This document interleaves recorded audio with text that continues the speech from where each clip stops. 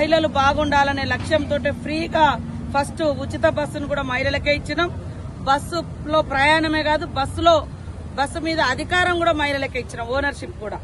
అట్లా ఒక్కొక్కటి అభివృద్ధి చెందాలి అనే ఉద్దేశంతో. కాబట్టి ఈ రోజు మహిళలందరూ కూడా అభివృద్ధి చెందితే ఆ సమాజం అభివృద్ధి చెందినట్టుగా భావించడం జరుగుతుంది. వాళ్ళకు వడ్డీ లేని రుణాలు గతంలో బీఆర్ఎస్ ప్రభుత్వంలో పావుల వడ్డీ అని చెప్పి 3,500 కోట్లు ఇవ్వకుండా ఎగ్గొట్టిపోయింది. అదేవిధంగా వైఎస్ఆర్ గారు ఉన్నప్పుడు అభయాస్తం అనే ప్రోగ్రాం పెట్టి మహిళలతో 500 జమ చేస్తే ఆ డబ్బును కూడా మరి కేసీఆర్ గారి నాయకత్వంలో వాడుకున్నారు. ఆ రోజు ఈ రోజు మహిళలకు అన్ని రకాలుగా సేవ్ చేయడం కోసము ఇవాళ ఉచిత బస్సు గాని, గ్యాస్ కనెక్షన్లు గాని, వడ్డీ లేని రుణాలు గాని ఇవన్నీ కూడా మహిళలను అభివృద్ధి చెందించాలని చేయడం జరుగుతుంది.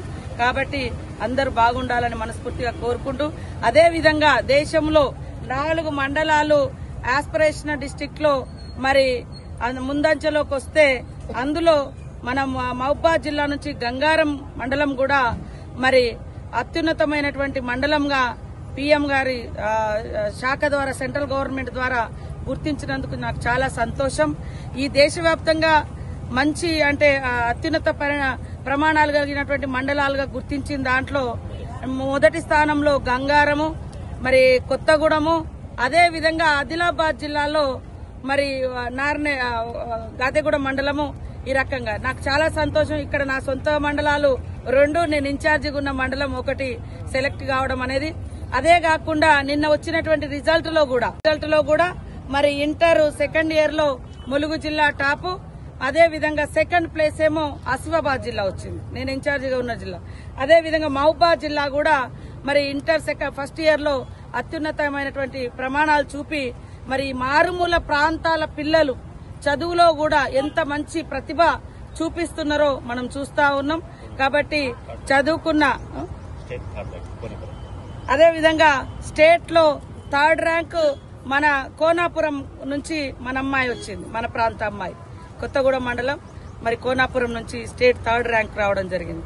విద్యా అభివృద్ధికి, పిల్లల అత్యున్నత విద్యా ప్రమాణాలు పెంపొందించడం కోసం పనిచేసినటువంటి జిల్లా కలెక్టర్లకు, మరి అదే విధంగా విద్యాశాఖ అధికారులకు, లెక్చరర్స్ కు, ప్రిన్సిపాల్స్ కు, స్టాఫ్ అందరికి కూడా హృదయపూర్వక శుభాకాంక్షలు.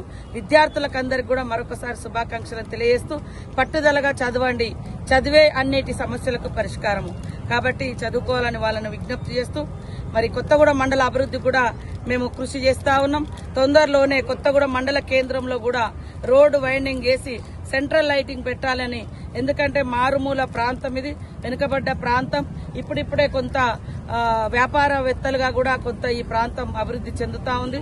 మరి టౌన్ కూడా పెరుగుతా ఉంది. కాబట్టి దీన్ని దృష్టిలో పెట్టుకుని ఒక దిక్కు నర్సంపేట నుంచి గంగారం ఇల్లెందు రోడ్డు వరకు రోడ్డు వైండింగ్ చేయడము, దానికోసం కూడా డబుల్ రోడ్ల కోసము శాంక్షన్స్ కోసం కూడా పెట్టడం జరిగింది.